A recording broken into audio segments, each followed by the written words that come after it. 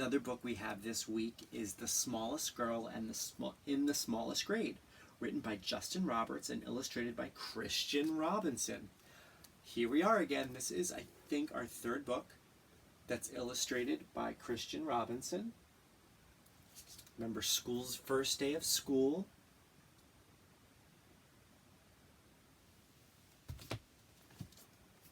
And Last Stop on Market Street.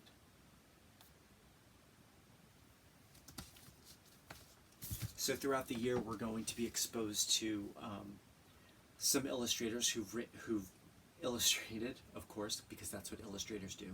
They've illustrated many books, and some authors who have written a lot of books too. So it's neat to see how authors might revisit a theme, or they have a style of writing, and how illustrators have a style of drawing.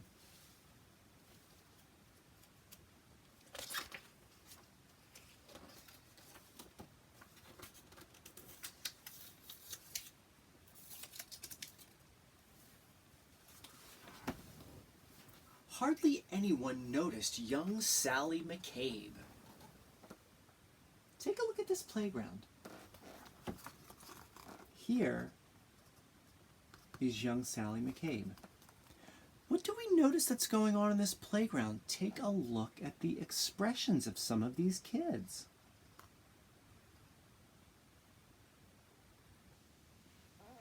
Now this reminds me of two books that we read last week.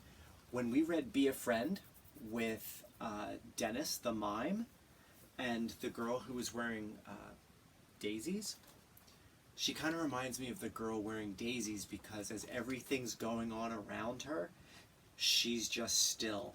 And it also reminds me of Rulers of the Playground, where kids are getting just a little bit too angry on the playground.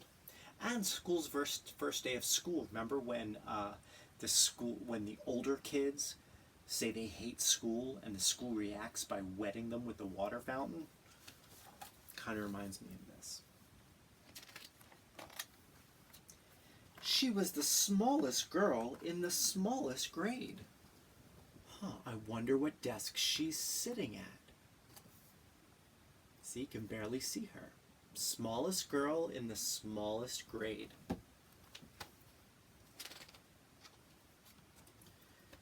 Sure, her name could be heard in the daily roll call, and she marched with her books down the same school hall, but hardly anyone noticed young Sally McCabe. And they certainly didn't know, or at least didn't mention, that Sally was paying super extra attention.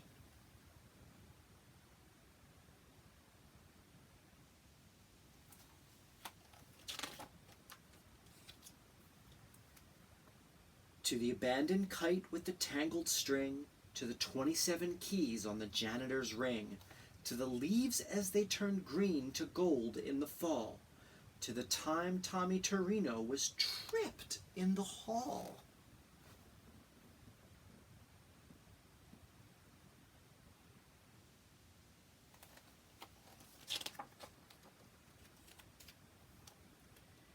She watched as the wildflowers tipped toward the light, and heard the howl of a hound dog late one night.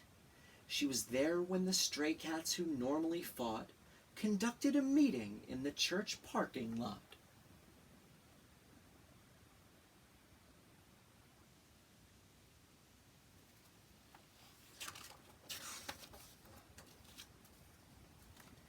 She saw Kevin McEwen get pushed off a slide, and the oncoming tears that he wanted to hide. Well, that doesn't look very nice. So he was pushed down the slide.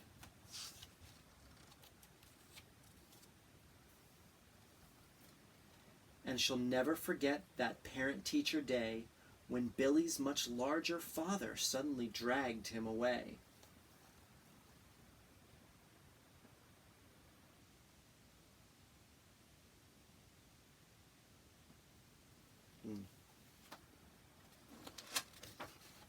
See Billy at the top of the slide?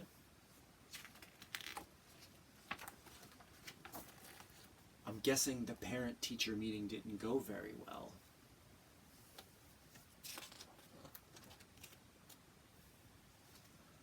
But through all the mean words and all the cold stares, no one even noticed that Sally was there.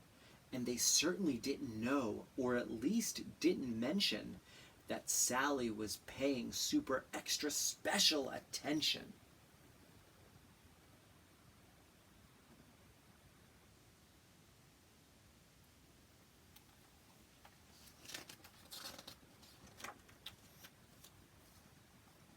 She'd seen how a whisper could make someone cower, like a bulldozer crushing through fields of wildflowers, and it kept piling up this discarded debris, those beautiful kites tangled in trees.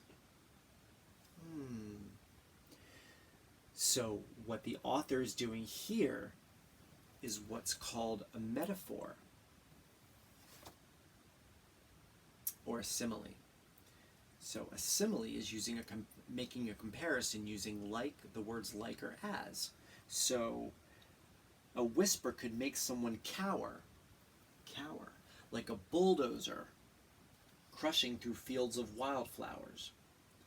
And then she thinks about those whispers who are hurting people, the name calling, and how it's just crushing everybody else like a bulldozer.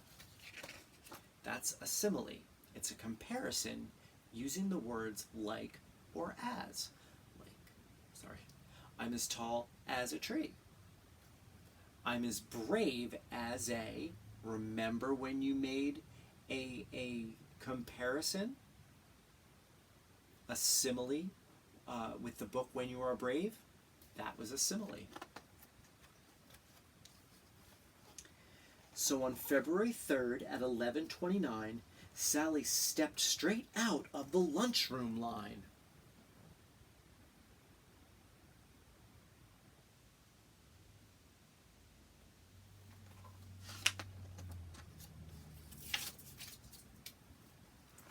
She said, "I'm tired of seeing this terrible stuff. Stop hurting each other. This is enough." Now a few laughed out loud or didn't care that there was some girl with her hand in the air. But then something super extra special happened that day as Howard O. Henry suddenly set down his tray.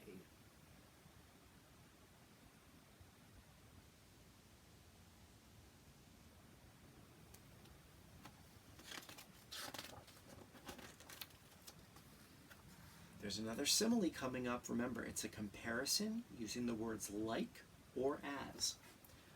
Like waves rolling in, one after another, first Molly rose up, then Michael's twin brother. It was Tyrone and Terence, then Amanda and Paul, who pushed out their chairs and stretched their arms tall. From the friendly lunch lady with the dishes she carted, to that new third-grade teacher who'd only recently started. Yes, everyone there, even Principal Claire, had joined little Sally with their fingers in the air. So when we make those comparisons using the words like or as, like waves rolling in one after another, it's not actual waves of water, but it's people raising their hand. And it looks like a wave. Have you ever been to a stadium and they've done the wave around the stadium?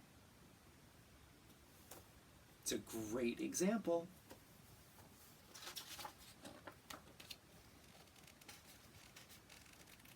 Come on.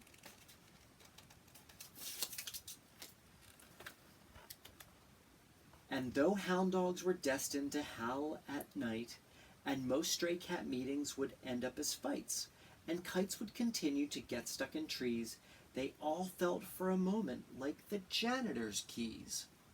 Like the janitor's keys. Another simile. Fastened together with a heavy steel ring that held all the secrets to unlock everything. So they are all connected. Just like the janitor's key ring.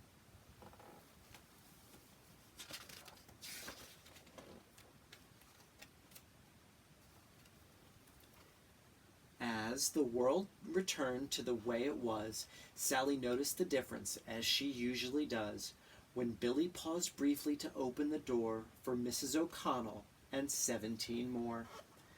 Or when Molly scooched over to make some space on the coral riser for Ellen and Grace. These moments that often get taken for granted, a wildflower appearing that no one had planted.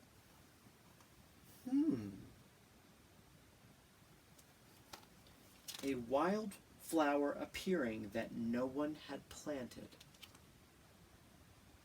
That's a metaphor, because the word like and as wasn't used. Still a comparison.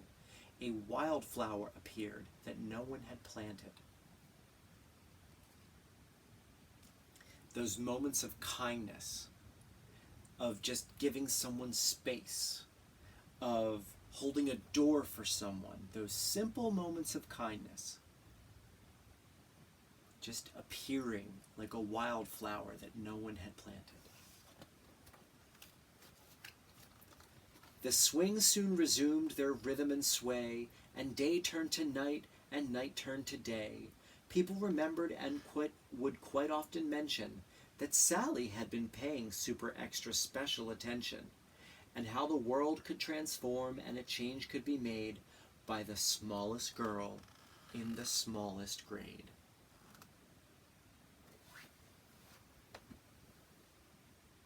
Playground looks a little different now than it did in the beginning of the story.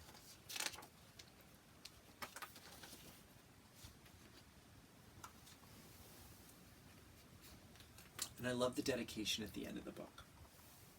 From the author, Justin Roberts, to all those paying super extra special attention, and from the illustrator, Christian Robinson, to Yvonne, thank you for standing up for me. Smallest girl in the smallest grade. What a great story of standing up not just for an individual friend, but standing up for the mood, for the environment that we want to learn in. No, it's not okay to be mean. We should work together. We should hold those doors open. We should give people a little extra space. Be patient, be kind, be accepting and inclusive. So I like the book because of that, and I also like it because it has similes and metaphors in it. Comparisons.